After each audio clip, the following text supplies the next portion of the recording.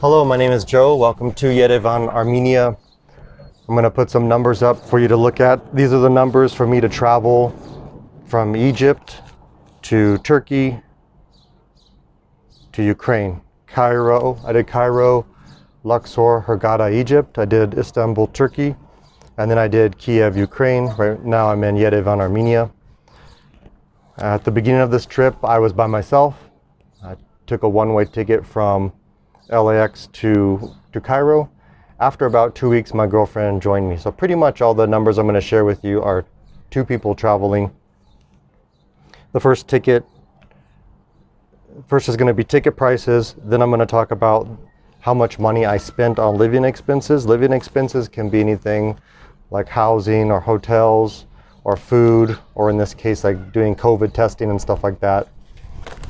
Bus tickets, Ubers and things like that.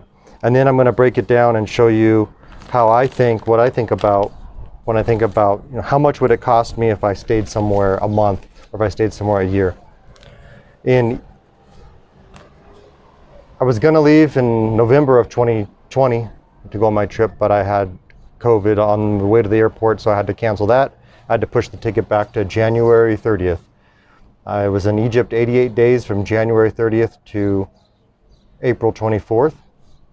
My ticket to Cairo was $629. Living expenses to stay in Egypt for 88 days was $4,655.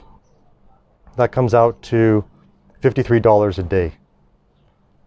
If I were to stay in Egypt for a month, let's just break it down. Let's just go, if it was just month by month, that cost would be $1,587. Turkey. I went to Turkey. Me and my girlfriend, we bought two tickets from Hurghada to Istanbul, $324 for two people. Living expenses in Istanbul for 25 days, from April 28th to May 22nd, was $2,111. 25 days in Istanbul, it comes out to $84 per day. Multiply that by 30 days, you get an average of $2,533 per month if I were to stay in Istanbul. Then on May 23rd, I took two tickets to Ukraine, to Kiev, Ukraine from Istanbul.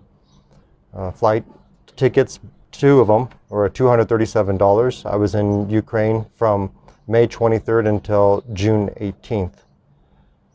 I'll talk about Yerevan and Armenia later. I was in Kiev for 26 days. I spent $2,789.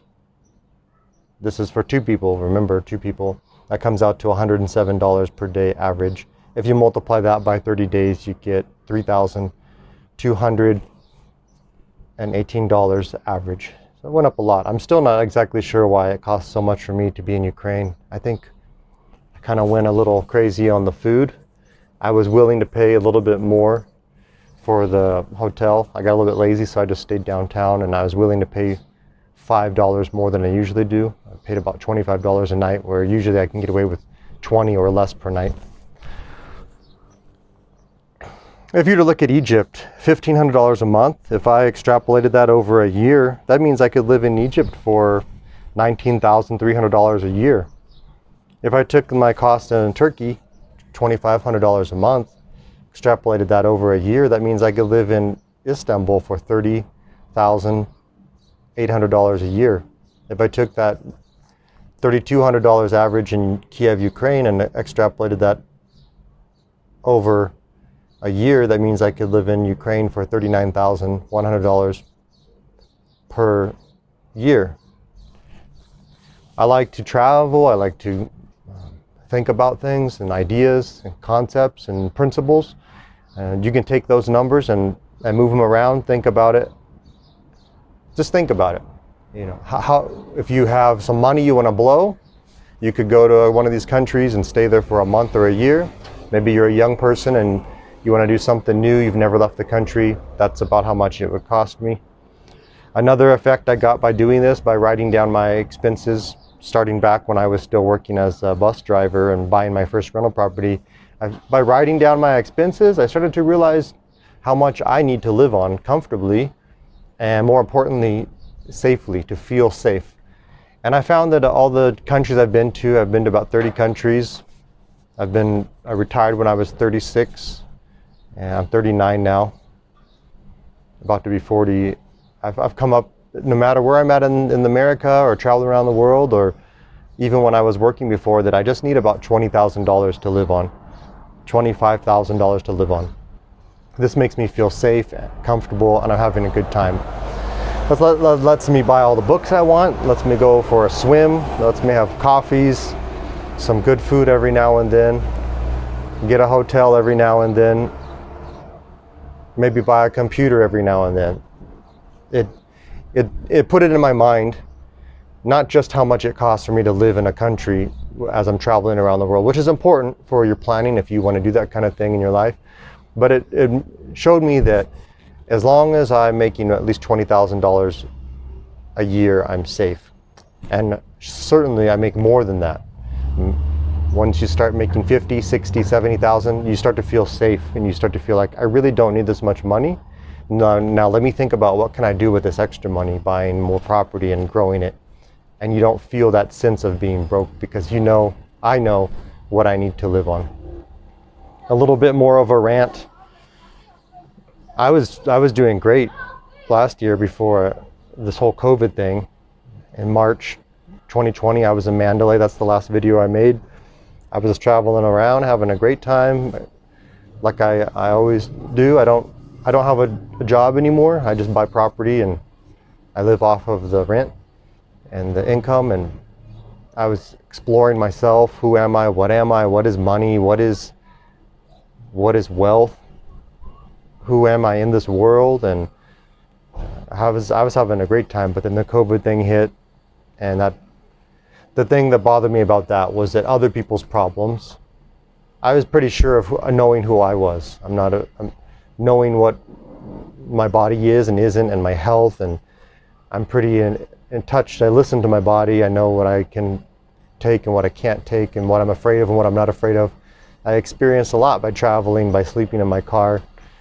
So when the COVID thing happened, and I was in China, and then I went down to Mandalay, then Thailand, then Ethiopia, I had it figured out pretty quick, because I'm not too worried about this.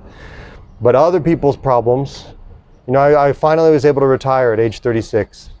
But with this COVID thing, other people's problems became my problem. Their fear and their problems became my problem. So that really upset me. That really screwed me up, because normally I can just avoid people and go off on my own in the world. And this time it was different. This time other people's problems became my problems. And this is the first video I've made since last year when I was in Mandalay.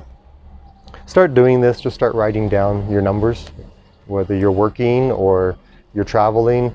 Just write down what happens throughout the year. You'll thank me later. I still go back now every once in a while, and I'm like, how much was I making in 2012, 2013, 2014? And when you write these numbers down, you're like, I was way wrong. I thought I spent more. I thought I made more. I thought my net worth was lower. I thought my net worth was higher. And when you write things out, you start to see. And when you see and you get the data, then you can start to play with ideas. You're like, hey, what if I worked for a year or two and I saved up a bunch of money and I just went to live in Egypt for a year, for 20 grand, live in Egypt for 20 grand. That place was pretty amazing. That Egypt was life-changing. I had never seen so much history. It was freaky. It was creepy. I'd never seen so much of 3, 4, 5,000 years ago right there in front of my face, like it was still like right here, right now. So that was creepy, and it was weird, and it'll change your perspective on life. Okay, that's that. I don't want to rant too much or go on too long.